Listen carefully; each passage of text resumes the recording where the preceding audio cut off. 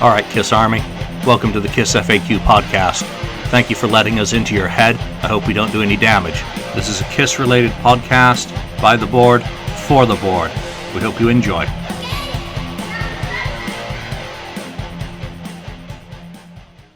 Hello, Kiss Army, and welcome to Ep.027 of the KissFAQ podcast. I am your host this week, Lonnie, stlkiss on the FAQ message board.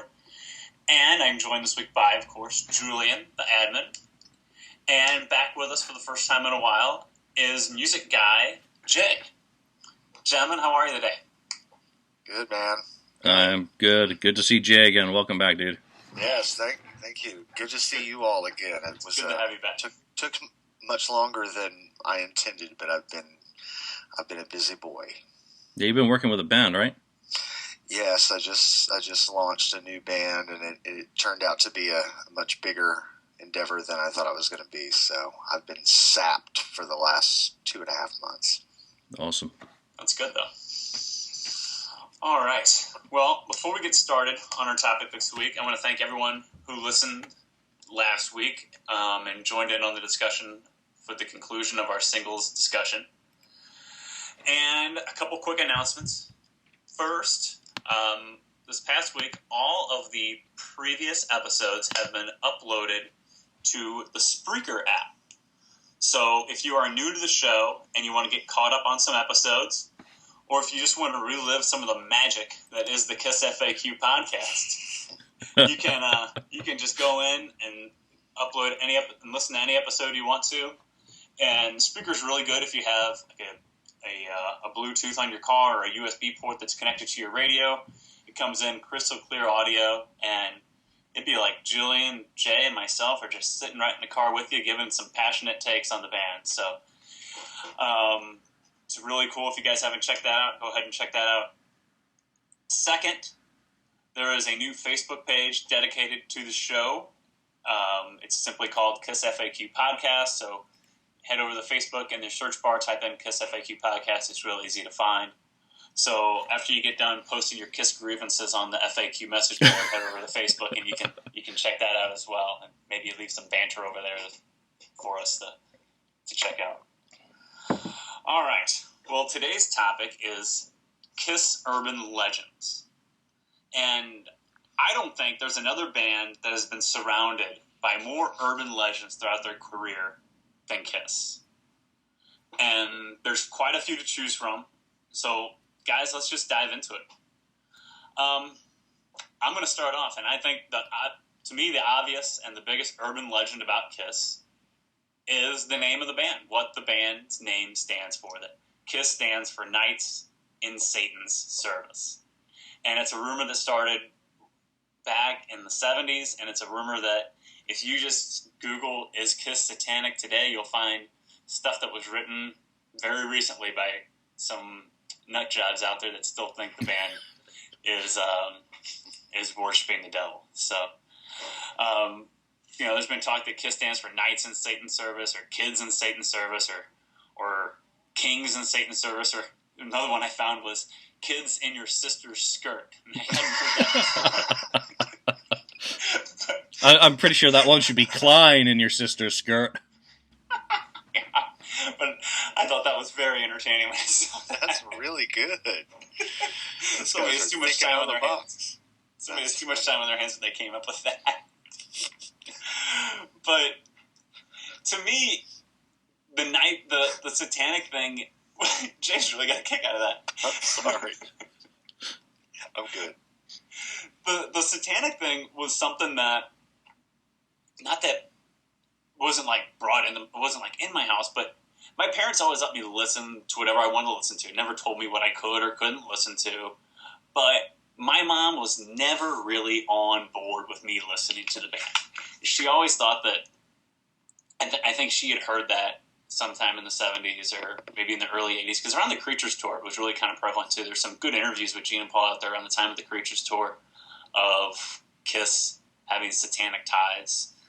And I guess being in the Midwest and,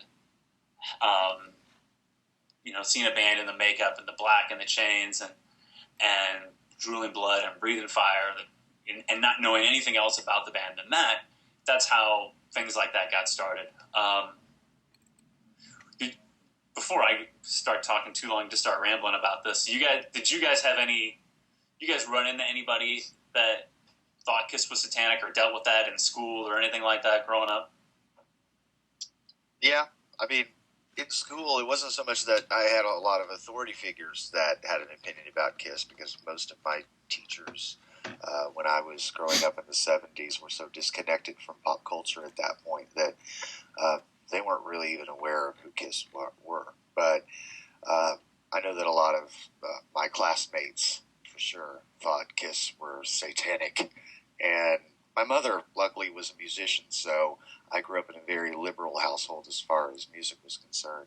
So that was never a big issue. But, oh yeah, I heard the whole Knights in Satan service thing almost from the very beginning. I mean, I remember it as far back as even 76. So it's been around forever, and I still hear it, and it's hilarious. But yeah. Yeah, I think one of the things obviously I came to the show late. My first exposure to Kiss was '79, which time it was, like Ringling Brothers Circus with all the 7-year-olds. But by the time I got into the band in '85, most of my friends just thought they were stupid. So, it's like, why are you listening to that shit? We're listening to Motley Crue, man. Well, I'm also listening to Motley Crue, but, Kiss to them was more of a joke by that point. And upstate New York, obviously that's a little bit, different than, I guess, the Midwest. In a lot of the touring research I've done, you see in 78, 77, 76, the evangelicals, protesting that, this is running counter to culture, just like they did with Elvis, or Jerry Lee, or Little Richard, shit. So, the band's in good company. The same places that burned the Beatles records, when they made their kind of unfortunate comment, were kind of the places that I noted in newspapers, having people write letters to the editor. Why on earth did you put that satanic band on the front page of the newspaper in Podunk, Texas? Well, that's the only interesting thing that had happened in Podunk, Texas, and I'm just using Texas, please forgive me, Texans, as an example, because El Paso and Abilene, or whatever, however you correctly pronounce those places. I remember seeing some stuff in newspapers about those places. So for me personally, no, it was just, they were has-beens to most people by then. I guess they were protesting other things. Yeah. Well, I'm getting a little bit of an echo here, but I'm going to go ahead and talk through it. Growing up, I came from a very Catholic and religious household, and my mom always had like a disapproving look on her face whenever I brought up Kiss or whenever I was listening to Kiss. And I told the story on here before. Like the first album I ever had on my own was Analyze, and it was on cassette. And you opened up the cassette, and inside of it was the band like standing over like that, like stream of fire or whatever. And one day, all of a sudden, my binder jacket for the cassette was gone. I was like, what happened to that? Where's it at? And my mom's like, I don't know what happened to it. I think the dog ate it or something. And I never saw it again. And I was supposed to go see the band then in 92 on the Revenge tour, and I got in trouble and I got grounded and I couldn't go. And I think it was, my mom, just 2 weeks before that Kiss came to town, I got in trouble. And that was my mom's like, oh, you're not going to go to that now. But my older brother still went. So he was 17, 18, and I was 13.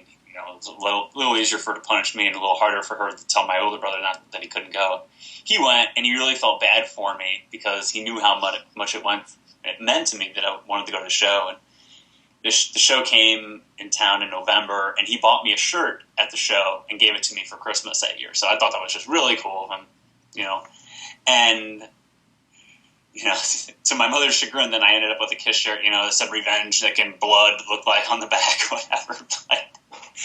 And then I went to an all-boys Catholic high school, and we always had to wear a uniform. But once a year, we had Spirit Week. And if you gave like $1 or 50 cents, you could wear, like the theme of the day. Like we had Sports Day one day, we had Spirit Day one day, and one day we had Rockstar Day. So it's like, oh, I'm gonna wear my Kiss shirt to school. And my mom's like, no, you're not wearing that Kiss shirt to school. And I'm like, oh, why? I don't understand I don't understand this. Why not? I don't understand your whole thing with the band. And the Revenge shirt had Kiss on the front spelled out like in skulls. And she goes, no, I don't like that. You're not going to wear that to school. That is inappropriate. So I ended up wearing like a Bon Jovi shirt to school, which was just torture on me all day. I got made fun of so bad for wearing a Bon Jovi. Sure you don't want to edit that out and say you had to wear a Wasp t-shirt? Or... leave it in. Maybe it'll spark up some controversy. Maybe they'll think Lonnie swings both ways or something. He's listening to Bon Jovi. Who knows? So... Yeah, I think when it comes to like the protesters, I remember going to a couple of... I'm trying to think of what tour it was, because it was Oakland Coliseum. So that may have been 2009. Yeah, 2009, and there were, protesters outside, but, kind of like the Westboro nut jobs, there are protesters of many different, not just religious, just people protesters protesting the protesters, and people protesting the sun shining, outside, but there were religious ones, that we're going to burn in hell because Kiss is satanic, even in 2009. But I think that's more of they make their money doing that these days. So it's not. I wouldn't put that anywhere near the same level as the 70s for what original era fans actually went through. No. And I ran into the same thing. I saw them in Springfield, Illinois, and in 2011, and the Westboro Baptist Church was actually outside the arena protesting the band being there. So, it still continues today. Even, not as prevalent, I guess, as it was in the 70s, although I have no firsthand experience. But, still the fanatics are still out there that believe things like that. So. What's really cool, though, is the Peters brothers, of course, did their interview series cassette. And Mike Brownvold up on Otaku years ago, or on one of his other sites, shared, the recording from the cassette that the Peters brothers put out. And they actually bootlegged part of a KISS concert, and I think that's the only snippet from that show. So, so some of the protesters have actually done as a service, because here we get another audio source, for a little bit of an obscure show. So that's kind of cool on that side of things. So keep protesting. Keep bootlegging KISS shows in the name of whomever you worship. All right. Well, Julian, you got any KISS urban legends you want to talk about? Yeah, I think that the first one that really jumps into my mind is Beth. And, how it was, Peter wrote it for his wife, kind of did the rounds in a lot of the papers,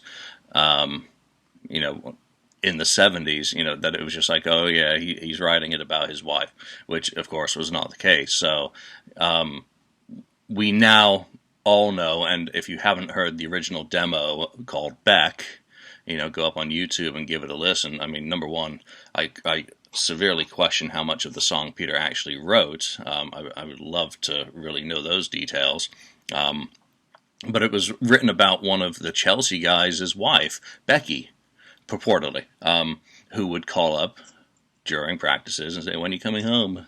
No, I can't come home right now, babe. Kind of like that commercial that they did using Beth. I don't know if anyone's seen that, kind of that domestic situation. So, that's really the only one that pops into my head. They come back to the song, change it around, change the word, because Beck obviously is not going to make any sense to anyone. And I don't think Lydia's ever said it's about her.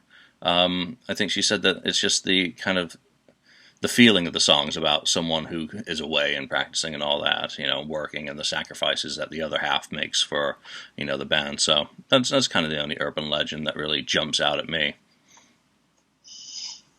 Yeah, that's a good one. I guess there was a misconception, in the 70s of what the song was really about. But they don't. Yeah. In the 70s, who had access to all the history and all the books that have come since, and everything instantly available on Wikipedia to know, that you can just click, Kiss Beth, and all of a sudden you get the song available, free to listen to, the history of the song, just about everything except the copyright splits, available instantaneously. So I guess it kind of indicates that there's very easy to read a lot into songs, that you think that these guys are writing songs from the heart, all about their own experiences, where a songwriter can write anything that they want. Songwriting can be fantasy. It can be based on what happens in your life, or it can be what you think happened in someone else's life. So Beth isn't like autobiographical as such. And as a kid in the 70s, unless you really did your research, you wouldn't even know that Peter's wife's name is Lydia unless you're really reading up on things, and you didn't have the internet just to Google things like that, and Beth, that must be, that's obviously Peter's wife's name or something. If you really didn't even know, I mean, obviously you saw Lydia accept the People's Choice Award for it, but unless you really, unless you watched that, I mean, it wasn't like the People's Choice Awards were on YouTube or on Kiss Online the next day or something to see Lydia accept that. You would, an average fan or a casual fan just might go on thinking that for a long time, not even knowing. Yeah, I mean, when I was a kid, I didn't pay attention to.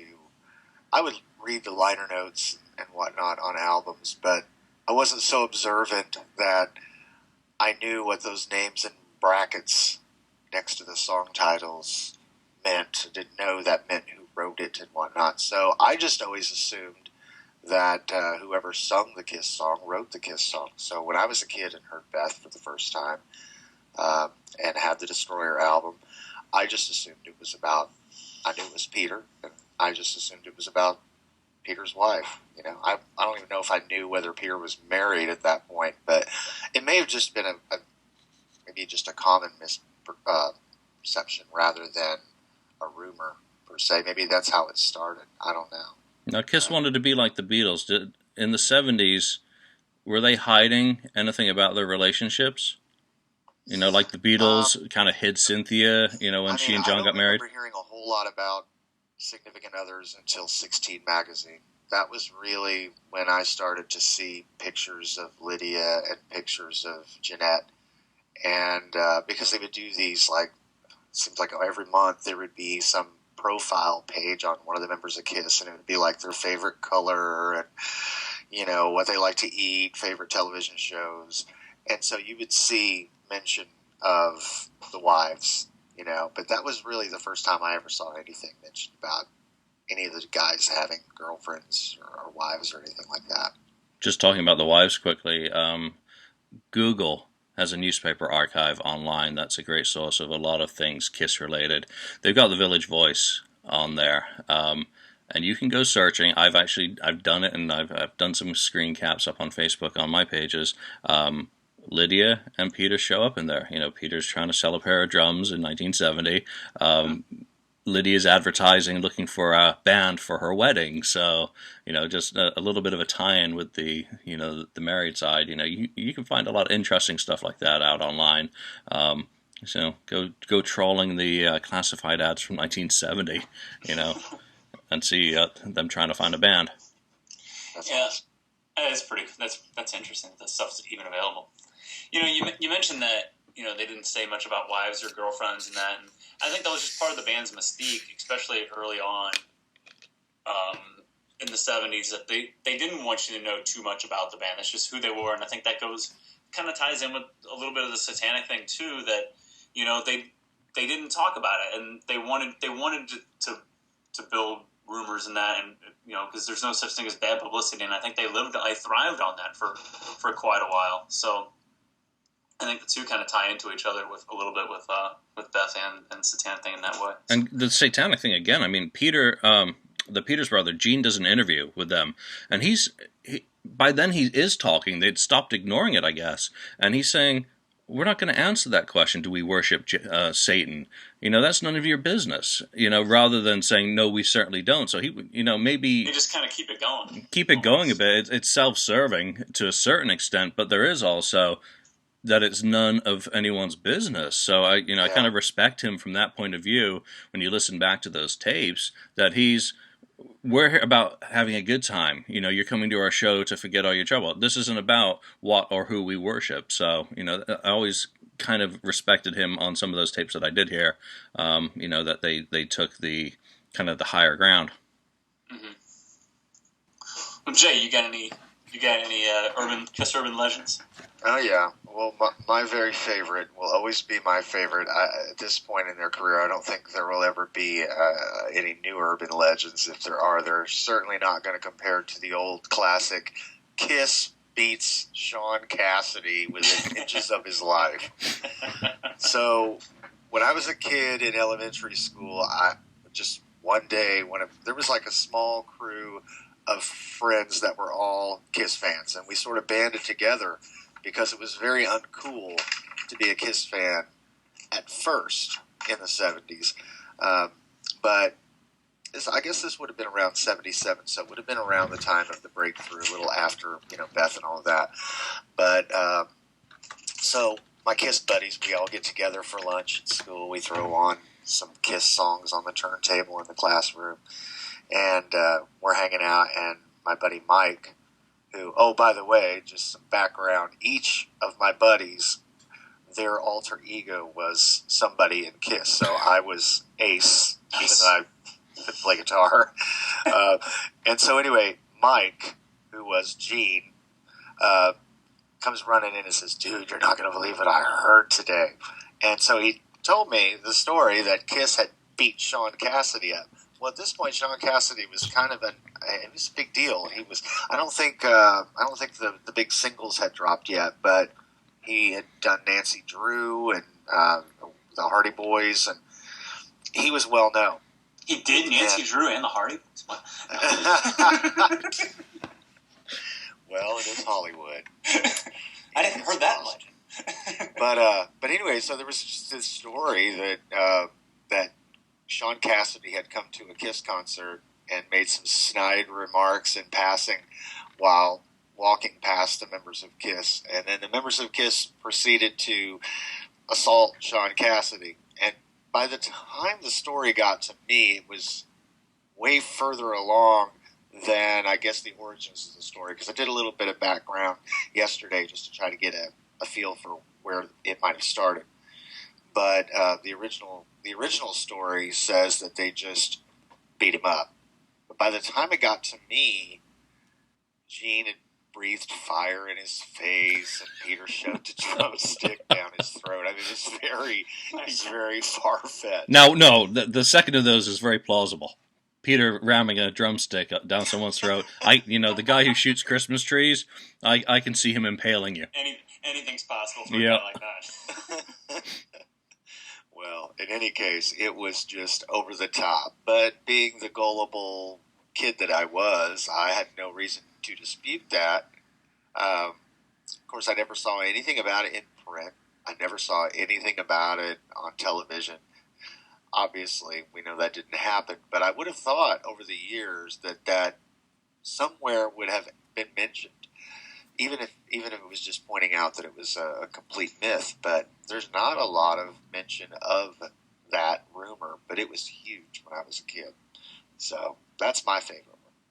I just Googled Sean Cassidy because I guess you have to be very American to know that one. He has an album called Room Service. There's a KISS connection right there. There you go. Awesome. And his top U.S. album also went to number 3, just like Kiss's top chart. Okay, there you go. Enough of Sean Cassidy. Too many tie-ins. Yeah. Well, that's a good one about Sean Cassidy. I actually hadn't really heard that up until recently that was even an urban legend or a rumor going around for a while. But that is kind of funny though. It's kind of funny for your experience that you're in school and this is like you live that, and that's really funny. Oh yeah. And there's other ones out there. We've all heard the one, and they even mentioned Detroit Rock City is good. Detroit Rock City, the movie. I know, Julian, you're not a fan of it, but it ties in to the big urban legends in the movie.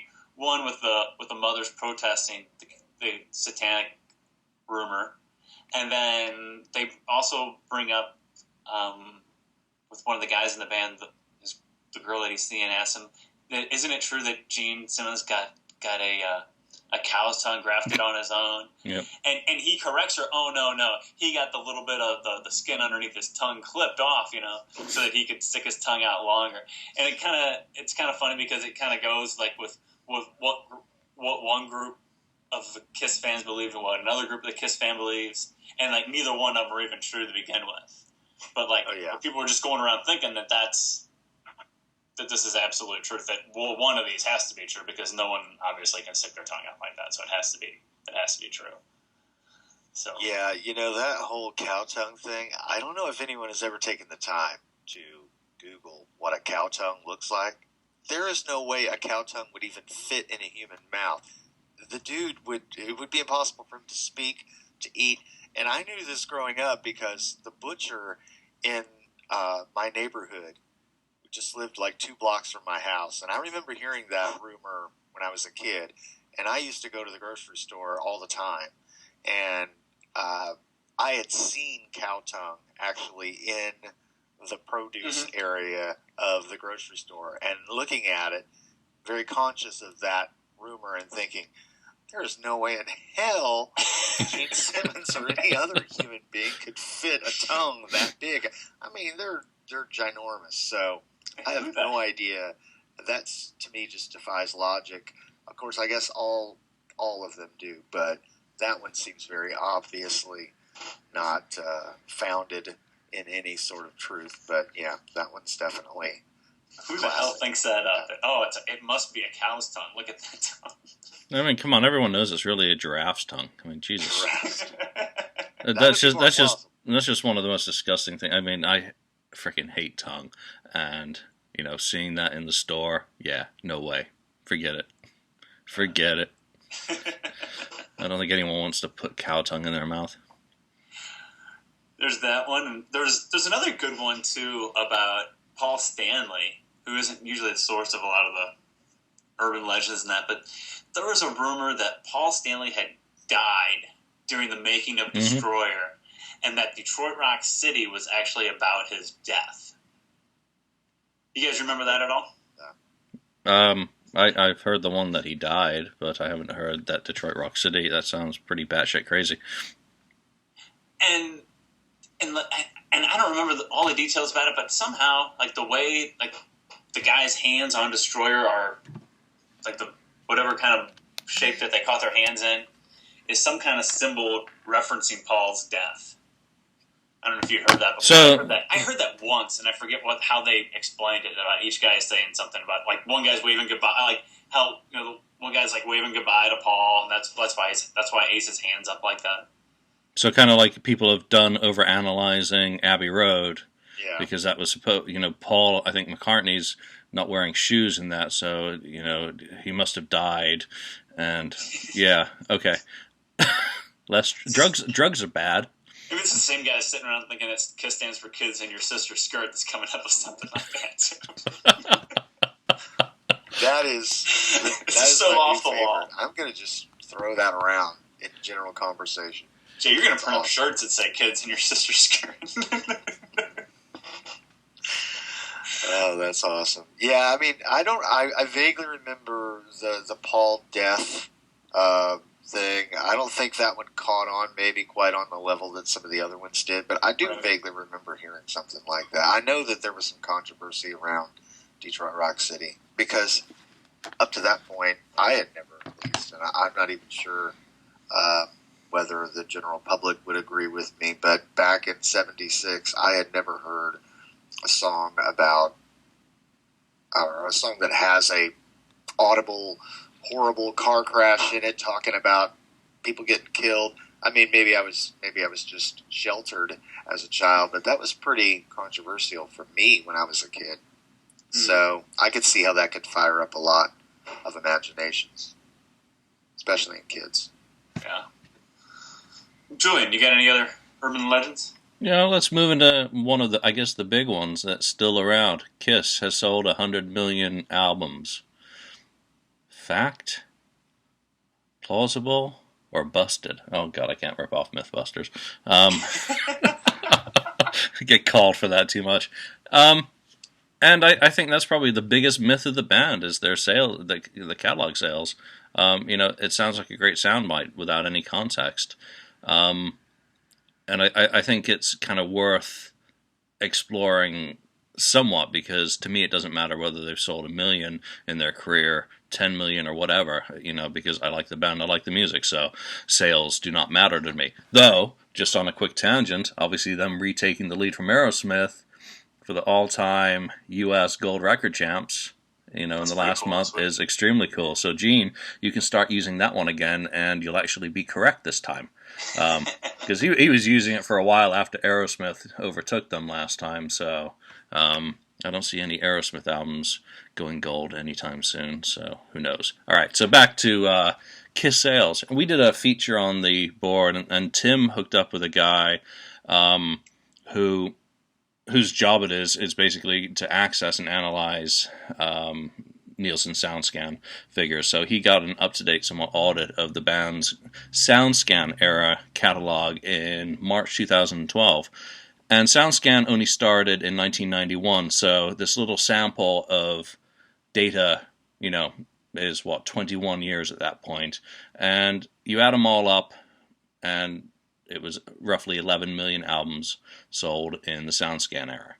So that means, I guess, what were they saying in 2012? 90 million? You got to come up with 79 million sold in the rest of the career. Now, like some people, I've got access to certain stuff that gives me a pretty good idea that in the 1970s, the band had only sold or shipped 23 million in the U.S. So, that takes you up through Dynasty and Unmasked. Now, add that to the 12, and you're up to what's that, 35. So, still 65 million. So, does anyone think that Kiss sold 65 million albums in the U.S. between 1981 with The Elder and the SoundScan era of 1991? Unlikely. So, busted. Totally busted. I would have to say it's an absolute myth that the band has sold anywhere near 100 million in the world, let alone in the U.S. Other countries like Australia, where they've got all these gold, platinum albums, the levels of sales required to get those in those smaller population countries are so small that, they may have sold 4 or 5 million in Australia, if that, which is really good for the size of population. But it's just not going to add up to 100 million elsewhere. Germany may have been really strong, but there's plenty of sales figures for albums, Creatures, Lick It Up, nowhere near, no chance. So, have they sold an extremely large amount of albums? Yeah, but it's a complete myth to me, and I think it's completely provable with sales figures that they've not done 100 million. Not that it matters, because it really doesn't. No, but it sounds good in interviews, and it sounds good in introducing the band that they sold 100 million records. But Kiss has never been a big album sales band. They've always been, to me at least, that they were just a touring band, that they're the band that you had to go see, whether you were a big fan or just a casual fan. They were always the show that you had to go see, or you tell your friends, if you are a Kiss fan, you got to come to the show. I know you only know 2 songs, but you got to come see it anyway, type of thing. I took my friend to the Kiss Aerosmith show in 2003, and he knew Detroit Rock City and Rock and Roll Night, and that was really about it. He wasn't a big Kiss fan, but I told him, you just got to go see it anyway. He's like, all right, it's Aerosmith too, so I'll go with you. And he was just blown away because it's a show, and to me that's what Kiss has always been about is the live performance more than the album sales. Does it sound good to say we sold 100 million albums? Sure, it sounds good. Is it true? Julian said probably not. Yeah, and let's also look at it. Aerosmith, obviously contemporary band. They've sold a lot more. I'm just looking up quickly. Rocks, 1976. So that's certified, quadruple platinum. Okay, let's go look at the 2 albums at Kiss, because Kiss churned out the freaking music in the 70s. Their contracts with Casablanca were nuts. 2 albums, 25 minutes minimum to be called an album. So much so that they are running into having to put the grooves between the songs longer on Dress to Kill to stretch out the length of the album, or to add on the, Rock and Roll Demons on Destroyer to make the album longer because it just felt too short. So Aerosmith is certified in, 39 years for 4 million sales of Rocks. You take Kiss, and it's double platinum for Destroyer officially, and platinum for Rock and Roll Over officially. So that's 3 million. That's not that different from Aerosmith in the same era when you consider that Kiss is basically doing twice the work in the studio. And I think the actual figures for that actually have Kiss selling more albums for their 1976 than they're actually certified for. As we all know, certification and Kiss have never been a very big deal. So, that's just, kind of a battle, the Aerosmith side of things. Yeah, I think Aerosmith was selling more in the early 90s than Kiss was, though, with Pump and permanent vacation and get a grip, though, I think. Yeah, but they really should be giving a cut of that to Kiss for Desmond Child and Jim Valance and everyone, all those co-writers that Kiss brought into the public view in the early '80s. That's all thanks to Kiss. So Aerosmith owes their career to Kiss. Wow, how about that? Use that as a soundbite.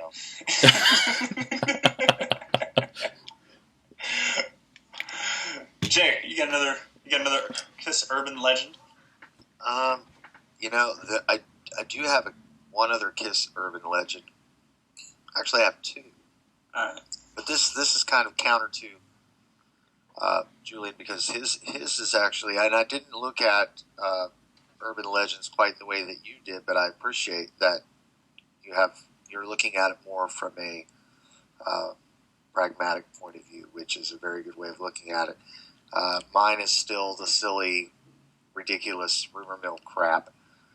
So I'm sorry to take it back there, but there was a rumor that Gene Simmons had hiccuped while breathing fire and inhaled flames into his stomach, requiring a goat's stomach to be put in its place.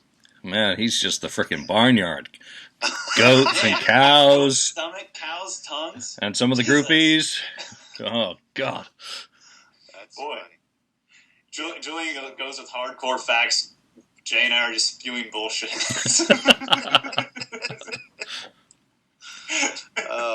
But yeah, I mean, there's so many that are gold. That's I would have to say that urban legend is utter tripe. So you'll either get that one or not. Yeah, it's ridiculous. And there was one other, Gene Simmons killed, and I do believe that one of the offshoots of Rock Scene magazine back in the mid '70s printed like a 4 or 5 page article supporting that story, and you often see that particular magazine, on eBay for like $10-15. It's not I don't think it's entirely dedicated to Kiss, but on the front it says Gene is dead ? And has a picture of him. This would have been around 78, 79. So if any of you FAQers out there can recall which magazine that is, it's common. I see it. But there's a 4 or 5 page article, an account of an accident the band had while in a van touring, which of course by 78, Kiss would not have been in a van touring. But and that Gene Simmons was killed in the accident. Unfortunately, I used to have the magazine, but I've misplaced it, so I wasn't able to do the full research on the article. Otherwise, I would read some snippets from it. But Julian, you may be able to do some creative Googling there and probably pull something up. Yeah, but my hands are here. I'm not surfing. That was a figment of your imagination that I was looking up Aerosmith. He's just looking around the room. Yeah.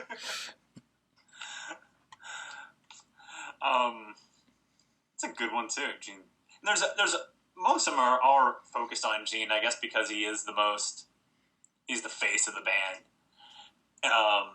And there's a one too about Gene holding up the horns like this. That it was a satanic symbol, and Gene's count that, saying that, oh well, it was my way of saying hello to the crowd by holding on to a guitar pick at the same time, or but then he saw the way that it looked, and he just thought it looked cool, so he just continued to do it. And he goes back and forth that he started that, or that Ronnie James Dio started that too. They should have had a death match. Ronnie James Dio versus Gene Simmons for who owns the horns. Right. My money would have been on Dio. I would have bet on Dio also, because I'm a Kiss fan, but I think Dio deserves the credit for that more than Gene. But you can see it on the Love Gun. It's on the Love Gun album that Gene's doing it. So, but I think Dio goes that. The devil horns on that's a pretty good one too. Come on, Ronnie Dio was rocking and rolling in 1957. He wins. Absolutely.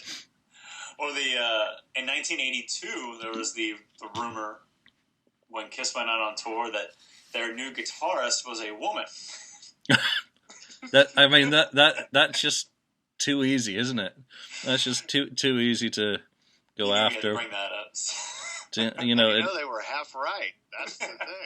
That's still to be determined. We still don't know. Hold on, I'm getting a phone call from Meredith in Department A. I was going to shut down your website. Oh, that's awesome. Yeah, I also heard the same rumor about Ace Frehley at Kiss's peak, just because there really was a lot of speculation. Ace had very feminine features. When you look at those classic photos, Ace had the long, sort of straight hair. He was real thin, especially when you're looking around like the Dress to Kill through Love Gun era. Guy was real thin, and until Love Gun came out, none of us had any idea what the guy sounded like, so there was no reason to dispute that. But I do remember hearing a lot of those rumors back in the day, or maybe it wasn't so much rumors as it was just speculation. Mm-hmm. All right. You guys got any more urban legends? It's kind of hit on them all here. Rapid fire pretty quickly. Why not Hotter Than Hell?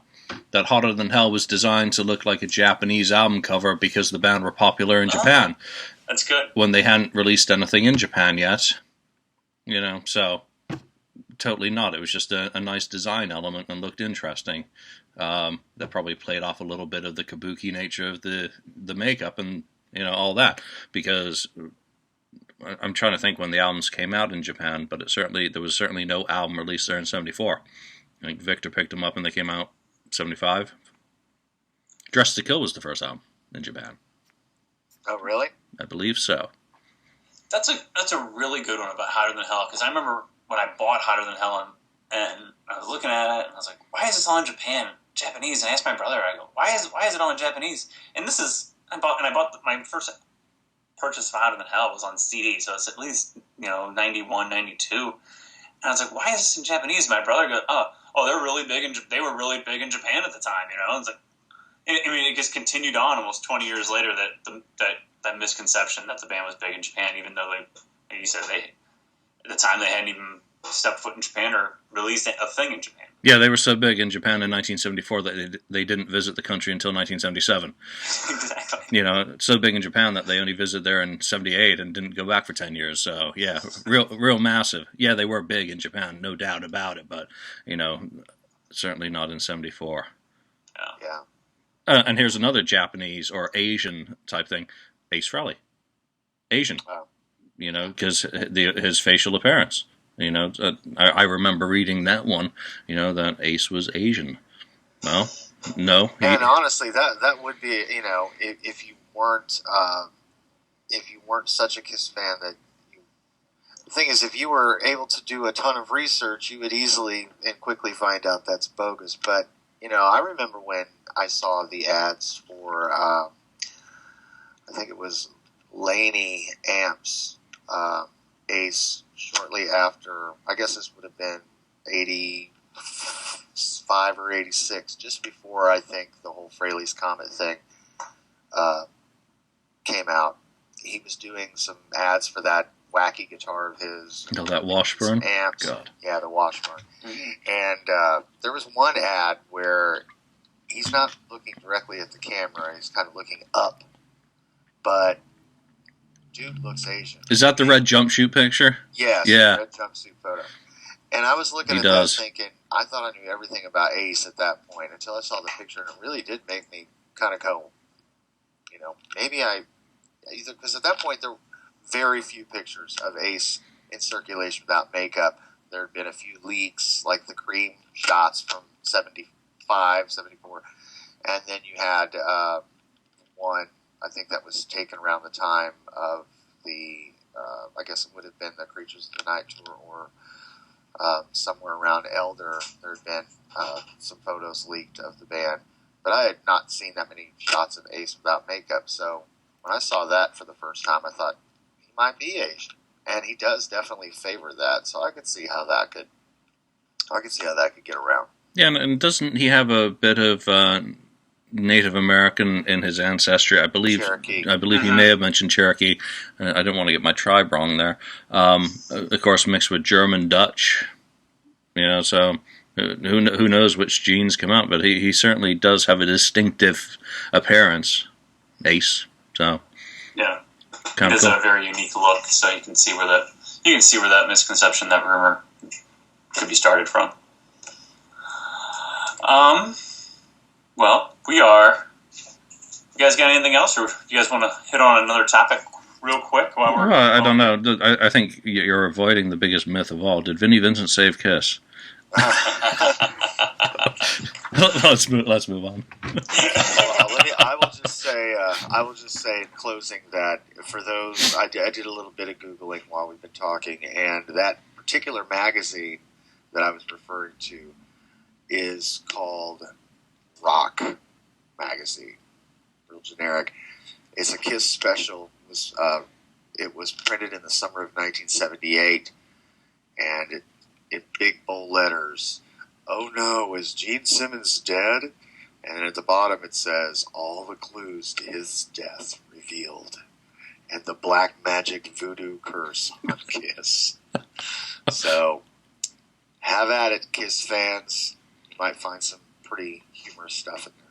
Yeah, and heck, when we post this up here, let us know some of your Kiss urban legends and the ones. Obviously, there's more than what we've just mentioned through our experience. Tell us about the ones you heard about and some of the crazier ones. Maybe takes on the ones that we've told you about today. That'd be great to hear other ones.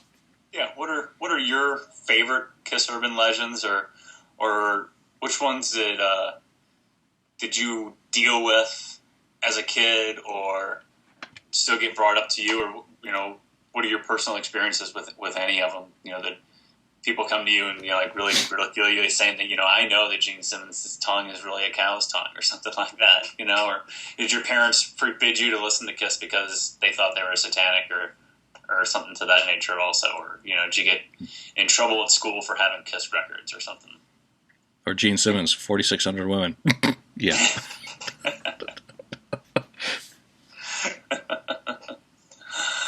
All right. Well, guys, it's kind of a quick episode today. Unless you guys want to, we could do a little mini episode to kind of wrap things up. Yeah, do a mini. Okay. What do you get? Okay. I posted a couple different ideas that we could do because I had a feeling this could kind of be a quick rapid fire type episode. So, what was, and we've all have seen the band multiple times, what was the best Kiss concert you ever saw, and why? Because we've all seen them many times, and obviously you get the same set list quite a few times, the same core songs. But what was the best time you ever saw the band, and what reason did this stand out more than any other one? Jay. Thank you. That's a total no-brainer for me. That would be Tiger Stadium all the way. And I've probably ranted about it on the FAQ a number of times, but that was just a very magical show. There was so much speculation before the Kiss reunion was announced, and then, of course, then when it was, they had the Weenie Roast, which just was sort of, I guess, a teaser. So that first official date was such a huge deal. And I lived quite a ways away. I lived in Indiana, but I lived in West Central Indiana, so it was quite a haul to get to Detroit. But I did go, and there was just so much energy in that place, even outside the venue. When the lights went down, and I was actually in the porta potty when the lights went down, which really sucked, because then I had to fly out of the porta potty. You were dropping a deuce when Deuce came.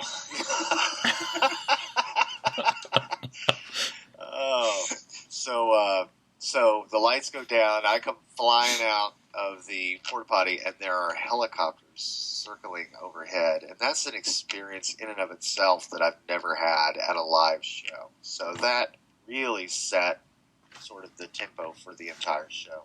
And then, of course, when you hear those magical words, and the curtain drops. This was a culmination of decades of waiting for my band to get together again and do this one more time. So it was very emotional, not just for me. It's a guy over by me that got so excited he actually hyperventilated, passed out, and fell out of his chair. And his friends had to scoop him up, and they ended up like wheeling him away off to the infirmary. And I never saw the guy again. He was crying uncontrollably, but it was almost Beatlemania on that level there inside the venue. So even though the set list in hindsight wasn't nearly as thrilling as it could have been, it was just a spectacle and an amazing part of history, and to have been participated in that and been there to witness it, that was pretty damn magical. So I don't think there will ever be a show that will trump that for me. Absolutely. I mean, no doubt. I mean, that's you talk in Kiss circles about if you could pick one show you could be at. Maybe not 9 times out of 10, but quite a few times people are going to say, "Oh, I wish I could have been at Tiger Stadium." Yeah. I mean, where were you sitting at for that? I was actually on the lawn, and I was on the, I think, 23rd row on the lawn, so I wasn't anywhere close to the stage. I mean, I could see everything, but it wasn't right there in my face. Right. Didn't have great seats, but I was about 5 seats in from the end of the row. So, and I was with my wife, my best friend, and another really good friend of mine at the time. So yeah, I looked for myself in the video for Shout It Out Loud, and I see my section, but I can't really make out me. Mm-hmm. That's cool. That's definitely. I mean, I'm jealous that you were there for that for sure. So, Julian, what about you? Well, I was trying to fact check myself before I spoke, and I honestly can't remember which day it was, because in Northern California for the farewell tour, I mean, I went to Oakland in March. There was then a cluster of 3 shows: Mountain View, Sacramento, and Concord. I know I didn't go to Concord because I was too beat after the heat in Sacramento, so I think it's Sacramento, front row. And it was just being front row at a Kiss concert with the original lineup, whereas my first show had obviously been Dodger Stadium for the Psycho Circus tour. I was so far away from the stage, I didn't get to see it. You really couldn't see the band from where I was in any way. And in Sacramento, I thought the performance just killed. You were getting the full effect of the flames. It was all enveloping. If you've never had an opportunity to be up close to the stage, I mean, I'm talking first 20 rows will do it, to really feel the heat, to really see the grease paint melting on the guys, the sweat. It's just an incredible experience. I mean, there was some guy with a false leg at Sacramento, so I don't know whether this was a plant, in a lot of the shows, that handed up on stage to get signed in the middle of the show. So, here's a fake leg. Sign my leg, dude. Sign my, It was just the experience, and it was such a crush, because obviously everyone else who didn't have tickets wants to be up there as well. So it was just the most intense. I mean, it was pure distilled Kiss water, drinking at the fountain there. Even though it was the farewell tour, so it's not one of the great tours by any stretch of the imagination. But I was got a close second. And I will say Concord on the Rock the Nation tour, 2004. What most people consider a shit tour. But just to be in the audience when All the Way started at that show, live, a song that was a deep cut, something that all the diehards beg for and continue to beg for to this day. We were so lucky on that tour to have all these gems being dug out of the barrel, Love Her All I Can, Tears Are Falling, but to have those first, chords of All the Way come out, and just to have the deafening silence of everyone around you going, what the fuck's this? People generally, it just proved the whole point of why they don't do it. So, that's a close second, just because it meant a lot to me personally. Not that I'm a great fan of the song, just that I was getting to hear a song that isn't generally performed was more awesome than it actually was. Oh yeah, absolutely. I saw Kiss at Blaze Fest in I guess just outside of Chicago back in 95, 94. And they did Going Blind, and nobody saw that one coming. And I was just like, me and my buddy, same guy that went to the Detroit show with me a couple years later, we were both just looking at each other like, dude, this just that kind of thing just rarely ever happens. So when it did, it was a big deal. I was on my own, so there was no one to go, dude, to. It's just looking around, all these kind of like empty, vacuous stares of... I was like, do you really want them to do Rock and Roll All Night now? No, they're doing All the Way, man. I'm singing along. They're looking at me like, what the... Look at this guy. Yeah, what a nut job. So must be related to one of them.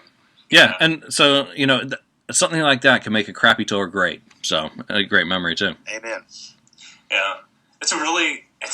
I brought it up, but it's a really tough question, because I've seen them quite a few times, and we all have different memories and different specifics from each show that really stick out, that make different shows really like just sparkling your memories. But first time I saw them was on the reunion tour in 1996, and I still, even though I've sat up front in front row before, seen kind of going back to what Jay was saying, seeing the band. It was the first time I'd saw them, because I got screwed out of seeing them in '92. I didn't see them on their convention tour because it was $100, and I was 15 years old. $100 in 1995 was just astronomical when you're 15. Much less to find a buddy of yours that's also willing to put up $100 to go do it. Mm-hmm. But and at the time they're not popular at all. Let's go see Kiss for $100, guys. Yeah, I'm not going to do that. So seeing them in '96, finally getting to see them, and I mean, the show sold out in a half hour in St. Louis, and we got our tickets maybe at minute 25. So we were up top on Ace's side of the stage on the upper bowl of the arena, and it was 19 years ago, but I can remember just sitting there, and Alice in Chains opened up, and I had been to plenty of concerts before that, and as we waited for Kiss, the crowd just got louder and louder and rowdier, waiting for the band to come out. And I hadn't experienced that at a concert before. I mean, I'd seen Metallica, I'd seen Van Halen, I'd seen a few other bands before that, but I'd never experienced just a crowd just anticipating the moment the band hit stage before. And that curtain drops, and I just felt it all throughout me that this is really happening, that I'm not only am I seeing Kiss, but I'm seeing Gene, Paul, Ace, and Peter in makeup, and they're going to be on that stage here in just a few minutes. And when they came out and that curtain dropped, and it's just like, there they are. It was the loudest crowd I've ever been a part of at a concert.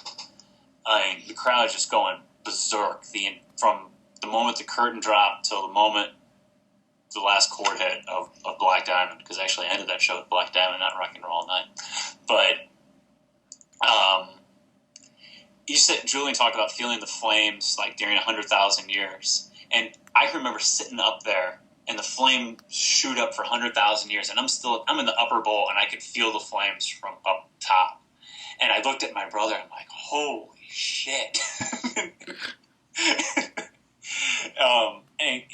And I have bootlegs of that show and video of that show, and it doesn't do it justice to how amazing it was that night to see them. Kind of just echoing back to what Jay was saying, seeing them on the reunion tour. It was just, it's unbelievable. And I guess a close second, to kind of go back to what Julian was saying, I'd give it a close second too, as I saw him in Sault Ste. Marie in 2007 when they did that Hit and Run tour. Yeah. And there was a great set list that night. They opened with Detroit, and they did Deuce, but they also did, All American Man, which I'm not a huge fan of All American Man, but to hear him do that song was incredible. And they only did one song written past 1977 that night. They did Lick It Up. That was the only song they did that wasn't 70s. I mean, they did Watching You that night. They did Hotter Than Hell. And they did Come On and Love Me. And when they wanted to Come On and Love Me, like, my brother put his arm around me, like, I can't believe this. This is so amazing. Thank you for making me come up here. Because that's quite a ways away from St. Louis to go all the way to Sault Ste. Marie to see them. And Yeah, I'm looking at the set list right now. Detroit, Deuce, Making Love, All American Man, Calling Dr. Love. I mean, what a 1, 2, 3, 4, 5 punch for the beginning of that show. Come On and Love Me, Hotter Than Hell, Watching You. Oh my God. It was just one after another. Yeah. I mean, that's the core. That's the real Kiss right there. Yeah, when they went in the Come On and Love Me, like, my brother put his arm around me, and it's just like, he looked at me and goes, we're doing nothing but classics tonight. And I was like, you could tell that they weren't messing around. They were doing nothing but hardcore, old-style stuff. It was one of the most, it stands a close second for best Kiss show I ever saw. Like I said, there's different shows that just point out memories in your mind, and I could go on forever about, this show was great too for this reason, and I'm sure Jay and Julian, you could do the same. But yeah, it's just you go into a Kiss show. Yeah, I mean it's one of those experiences that is special every time. Even for me in these later years, when I went to Vegas last year, and I believe it was the first show. That was the whole purpose of me going there. There was still that special feeling. There was a feeling of an anticipation. We didn't know what we were going to get that night because there hadn't been a casino show yet. So we had an idea from the shows that had happened kind of earlier that we kind of had a structure. We knew what was coming, but then they drop in Tears Are Falling and Open Creatures. I mean, oh my goodness me. It's not the same show, obviously, that it was. The age is catching up with these guys, but the excitement and the feeling of this is special remains, or this is a Kiss show remains. So, for everyone who's gone to the tours throughout the years, have many more years seeing the band than I do, I still get the feeling nearly 20 years after first seeing them. So I hope people who saw them longer back than that still get that, the anticipation, the excitement. Yeah, I still feel like a kid when I see him, and feel like I'm 17 years old at my first reunion show when the lights go out and you hear "You wanted the best, you got the best." And talk about, for you, seeing Kiss, I saw Kiss in Vegas too, and they go in the Creatures of the Night, totally like just a shit your pants moment, like, oh my God, I can't believe they're playing this, because I wanted that for so long. And it's just like a great song that Kiss had forgotten since the reunion tour. So, unless you were in Australia. What was it? 2004. 2004. Oh my God, if they could put those out as product. We're dorks, so we can just rattle that off.